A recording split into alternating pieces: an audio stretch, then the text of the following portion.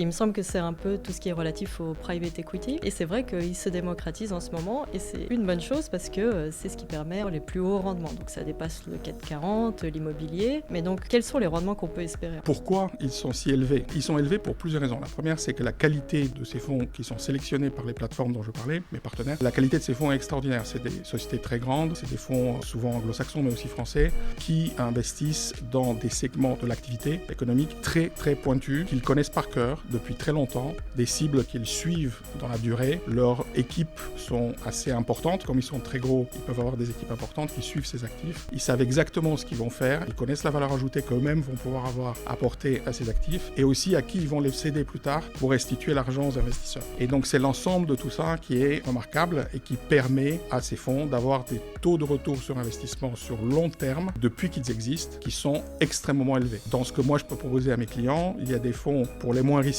qui sont en dette privée, qui sont autour de 12-13%, et pour les plus agressifs en termes de risque, c'est plutôt 19-20%.